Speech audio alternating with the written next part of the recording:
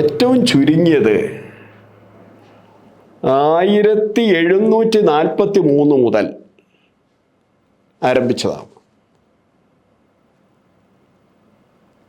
നമ്മൾ അത് പറയുമ്പോഴും ഈ പഴയ പാരമ്പര്യ വിശ്വാസങ്ങളെയൊക്കെ നമുക്ക് കുറേ പൊളിച്ചെഴുതേണ്ടിയിരിക്കുന്നു. നമ്മളൊക്കെ ധരിച്ചു വച്ചേക്കുന്നത് ബാലരാമവർമ്മ 1721 അന്തരിക്കുന്നു. തിരുവിതാംകൂർ രാജാവായ ബാലരാമവർമ്മ, അതായത് അനിഴം തിരുനാൾ മാർത്താണ്ഡവർമ്മയുടെ അമ്മാവൻ. അദ്ദേഹം മരിച്ചുടനെ അനന്തരവനായ മാർത്താണ്ഡവർമ്മ അധികാരമേറ്റു എന്നാണ്. 100% തെറ്റാണ്. കാരണം 1721 ഫെബ്രുവരി 8 ഈ ബാലരാമവർമ്മ അന്തരിക്കും. 1971 ആഗസ്റ്റ് 27 മാർത്താണ്ഡവർമ്മ അധികാരത്തിലെത്തുന്നത്. ഇതിനിടയ്ക്ക് വരുന്ന 6 മാസം ആര് ഭരിച്ചു?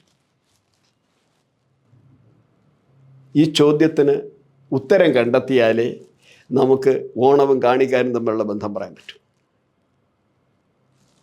1721 ഫെബ്രുവരി 8 ബാലരാമവർമ്മ മരിച്ച ഉടനെ അധികാരത്തിലേറിയത് ഒരു രാമവർമ്മയാണ്. ആ രാമവർമ്മ 19 ദിവസമാണ് ഭരിച്ചത്.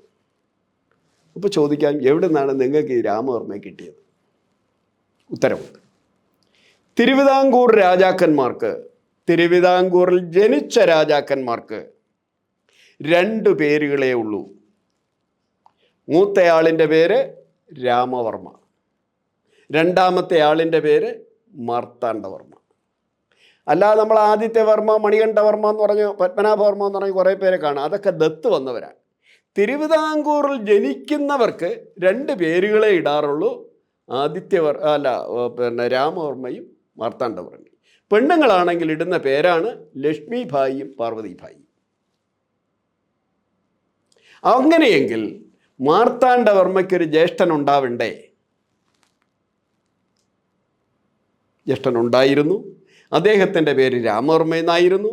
നിയമമനുസരിച്ച് മൂത്തയാളാണ് രാജാവാകേണ്ടത്. അമ്മാവൻ മരിച്ചു, അനന്തരവനായ രാമവർമ്മ അധികാരത്തിലേക്ക് വരും. 19 ദിവസം കഴിയുമ്പോൾ അദ്ദേഹം മരിച്ചു. 19-ാം ദിവസം. ഇതൊക്കെ ബ്രിട്ടീഷ് രേഖകളിലുള്ള. 19-ാം ദിവസം അദ്ദേഹം മരിച്ചപ്പോൾ അടുത്ത രാജാവാകേണ്ടത് മാർത്താണ്ഡവർമ്മയാണ്. പക്ഷേ പഴയ ഒരു നിയമം 1662 ഒരു നിയമം ഉണ്ടാക്കിയിട്ടുണ്ട്. താവഴികളിൽ തലമൂത്തവരുണ്ടെങ്കിൽ അവർ രാജാവാകണം.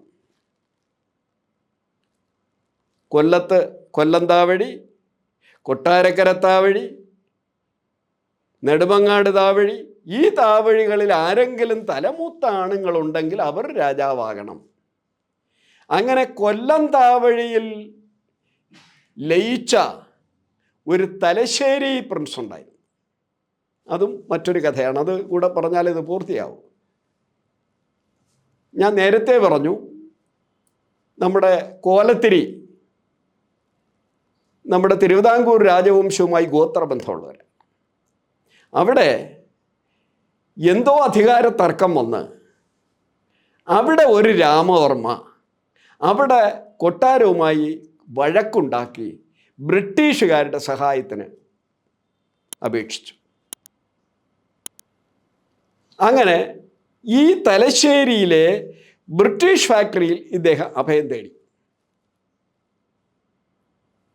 അങ്ങനെ ബ്രിട്ടീഷുകാർ അവരുടെ രേഖകളിൽ എഴുതി വെച്ചത് തലശ്ശേരി പ്രിൻസ് എന്നാണ്. അദ്ദേഹത്തിൻ്റെ പേര് രാമവർമ്മ എന്നാണ്. ഈ തലശ്ശേരി പ്രിൻസിനെയും അദ്ദേഹത്തിൻ്റെ സഹോദരിയെയും മരുതൂർ കുളങ്ങര എന്ന് പറയുന്ന ഒരു നാട്ടുരാജ്യത്തിലേക്ക് ദത്തെടുക്കുന്നു.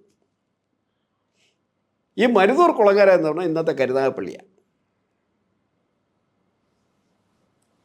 ഈ മരുതൂർ കുളങ്ങരയിൽ പാരമ്പര്യമായി ജനിച്ച ആണും പെണ്ണും ഒന്നുമില്ലാത്തത് കൊണ്ട് ഈ മരുതൂർ കുളങ്ങര കൊല്ലം താവടിയിൽ ലയിക്കുന്നു.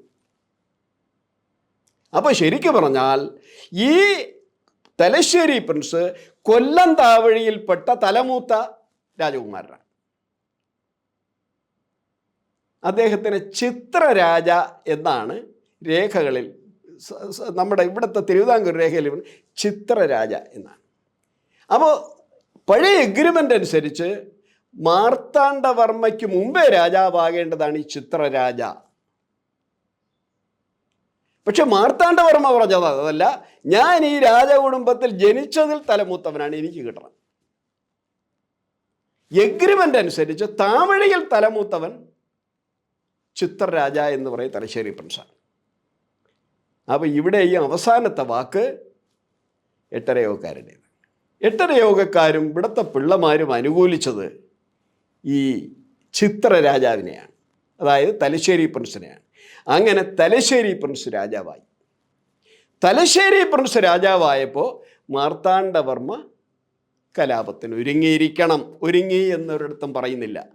ഏതായാലും അദ്ദേഹം ഒളിവിൽ പോയി. മാർത്താണ്ഡവർമ്മ ഒളിവിൽ പോയി. ഒളിവിൽ പോകുമ്പോൾ വേലൻ, പരപ്പൻ, കറമ്പൻ തുടങ്ങിയ കാണിക്കാരന്മാർ നമ്മെ പാറപ്പൊപ്പിൽ ഒളിച്ച് താമസിപ്പിക്കുകയും മുൻട്ര നാടുവാഴിയും കൂട്ടുകാരും നമ്മെ കൊല്ലുവാനായി വന്നപ്പോൾ പാണ്ഡ്യയിൽ കൊണ്ടു ചെന്ന് രക്ഷിച്ചതിനും നന്ദിക്കാകെ താഴെ പറയുന്ന ഭൂമി വിട്ടുകൊടുത്തിരിക്കുന്നു എന്നാണ്. ഇത് 1741 കൊല്ലവർഷം 918. സമാനമായ നമ്മുടെ ശകവർഷം 1663. ശകവർഷം 1663 കൊല്ലവർഷം 918, ക്രിസ്തുവർഷം 1743 3900 ഏക്കർ ഭൂമിയാണ് വേലൻ, പരപ്പൻ തുടങ്ങിയ കാണിക്കാരന്മാർക്ക് കരമൊഴിവായി വിട്ടുകൊടുത്തിരിക്കുന്ന പട്ടയം. ഈ പട്ടയം നെയ്യാറ്റിൻകര കോടതിയിൽ ഇപ്പോഴും ഇരിപ്പുണ്ട്. വിവരാവകാശമൊക്കെ ചോദിച്ചാൽ കിട്ടും. ഇത് 2-3 കാര്യങ്ങൾ പുറത്തു കൊണ്ടുവരുന്നു. ഒന്ന്, കാണിക്കാരെന്ന് പറയുന്ന തിരുവനന്തപുരത്തെ ഏക ഗോത്രവർഗവുമായി മാർത്താണ്ഡവർമ്മയ്ക്ക് മുൻകാല ബന്ധമുണ്ടായിരുന്നു. ഗോത്രബന്ധമാണ് ഞാൻ പറഞ്ഞത്, അല്ലാതെ അല്ല. അല്ലെങ്കിൽ ഈ ചാതുർവർണ്ണ്യം കൊടികുത്തി വാണിരുന്നൊരു കാലത്ത് വനത്തിൽ താമസിച്ചിരുന്ന കാണിക്കാരുടെ ഓടൊപ്പം താമസിക്കുകയും അവർ കൊടുത്ത ഭക്ഷണം കഴിക്കുകയും അവരുടെ സംരക്ഷണയിൽ ജീവിക്കുകയും അതിനുശേഷം രക്ഷപ്പെടുകയും ചെയ്യുകയില്ലായിരുന്നു. 1. 2, മാർത്താണ്ഡവർമ്മ അമ്മാവൻ മരിച്ചുടനെ രാജാവായി എന്ന് പറയുന്നതും 100% തെറ്റ്. 3, മാർത്താണ്ഡവർമ്മ മലമ്പ്രദേശങ്ങളിൽ 3900-ഓളം വരുന്ന ഏക്കർ ഭൂമി കാണിക്കാർക്ക് വിട്ടുകൊടുത്തതായി നമുക്ക് കൃത്യമായ രേഖ ലഭ്യമാണ്. 4, മാർത്താണ്ഡവർമ്മയെ ഇവിടുത്തെ സവർണ വിഭാഗം ക്ഷേത്രത്തിനകത്തും കൊട്ടാരത്തിനകത്തും കൊട്ടിലുകൾക്കകത്തും ഒളിപ്പിച്ചു വെച്ചു എന്നുള്ളതിന് ഒരൊറ്റ രേഖയും ലഭ്യമല്ല. നിലവിൽ ലഭ്യമായ ഏകരേഖ കാണിക്കാർ രക്ഷിച്ചതാണ്. പക്ഷേ അത് നമ്മുടെ ചരിത്രകാരന്മാർ കിട്ടാത്തത് കൊണ്ടോ അവർ ബോധപൂർവം വിട്ടുകളഞ്ഞതോ ആയ രേഖയാണിത്. 5, മാർത്താണ്ഡവർമ്മയ്ക്ക് മുമ്പ് 2 രാജാക്കന്മാർ തിരുവിതാംകൂർ ഭരിച്ചിരുന്നു. ഒരാൾ 19 ദിവസവും ഒരാൾ 5 മാസവും ഭരിച്ചിരുന്നു എന്ന് തെളിയിക്കുന്ന ഏകരേഖയും ഇതാണ്. ഞാൻ ഇത്രയും പറഞ്ഞത് മാർത്താണ്ഡവർമ്മയ്ക്ക് 1741 മുതൽ കാണിക്കാർക്ക് രേഖാസ്പദമായ ബന്ധമുണ്ട് കാണിക്കാരുമായിട്ട്. അതിൻ്റെ ഓർമ്മ പുതുക്കലാണോ എന്നെനിക്കറിയില്ല.